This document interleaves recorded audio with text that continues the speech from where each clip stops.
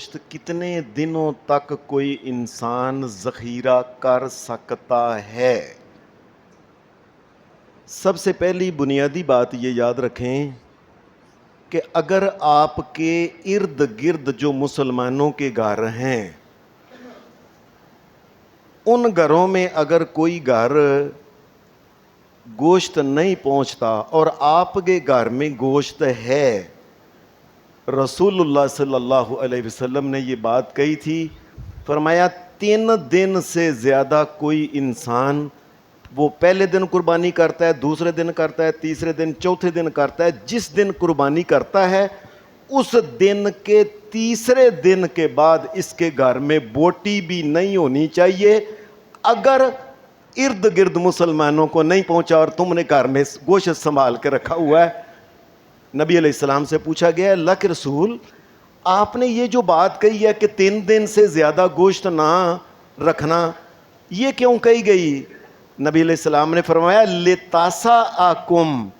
میں اللہ کا نبی محمد چاہتا تھا کہ ہر گھر میں پہنچ جائے تمہارے ارد گرد، لیکن اس کے بعد جب مسلمانوں کے گھروں میں پہنچ گیا گوشت،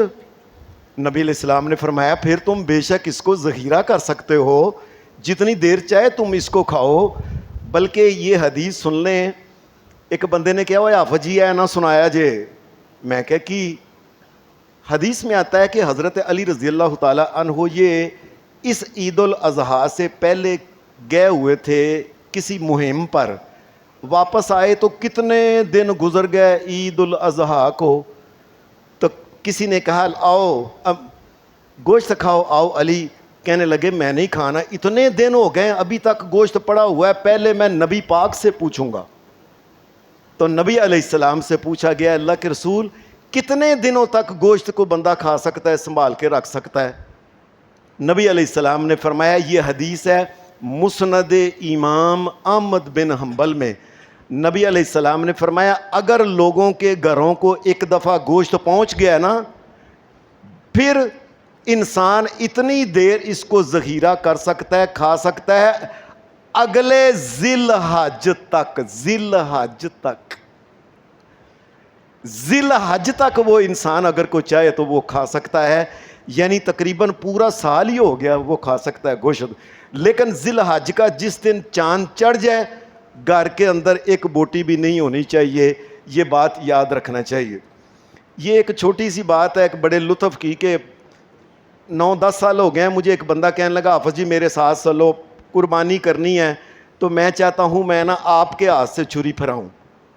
میں نے کہا یار اب اتنے بندے ہو رہے ہیں، میں نے کہا اور نہیں حافظ جی فکر نہ کرو، تانوں کھروڑیاں دا ناشتہ بھی کرانا ہے۔ میں کیا کدوں قربانی ہونی ہے، کدوں گوشت ہونا ہے، کدوں کھروڑے لینے نے، تے کدوں پناہ کے تے پھر کدوں بننے نے، تے میں سارا دن رات ہوتے رہاں گا۔ کہنے لگا حافظ صاحب ہم پتہ کیا کرتے ہیں، پچھلے سال کے کھروڑے رکھے ہوئے تھے وہ ہم عید کو کھاتے ہیں، اگلی عید کو۔ لو دیکھو تو میں کیا اس سے پہلے کہنے لے یہ ہمارا کئی سالوں سے 10-20 سال ہو گئے ہیں ہمارا یہ طریقہ، کھروڑے ہوندے نے بنا بنو کے نہ تو فریج دے وچ تے رکھ دئی دے، عید والے دن سویرے پھر ناشتہ ہی اگلی عید نو کریدا ہے۔ اور میں کہا یہ تو منع ہے، محمد رسول اللہ نے فرمایا ذی الحج کا چاند چڑھنے سے پہلے پہلے ختم ہونا چاہیے۔ ایک بات، دوسری بات، چونکہ گرمی بڑی ہے تو گرمی انسان بڑا کرتا ہے تو اس سے کوئی فائدہ نہیں ہوتا۔ ایک حدیث میں آتا ہے نبی علیہ السلام نے فرمایا اگر کوئی انسان یہ کہے اللہم اجرنی من النار، 3 دفعہ کہے اللہم اجرنی من النار، اللہم اجرنی من النار، 3 دفعہ اگر کوئی انسان گرمی میں یہ کہے، اللہ نبی علیہ السلام نے فرمایا اللہ کی جہنم بھی کہتی ہے یا اللہ انہوں بچا لیں جہنم کو،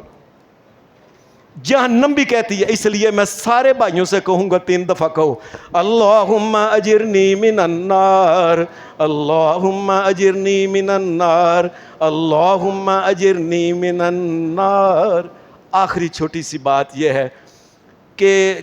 گھروں میں لوگوں کے کئیوں کے اونٹ کے پائے گوشت ٹکیاں قیمہ یہ پڑا ہوا ہے, کئیوں نے وہ اس کے چولوں میں ڈال کے وہ پلاؤ پکانا ہے. یاد رکھیں اونٹ کا کسی قسم کا گوشت کھانے سے,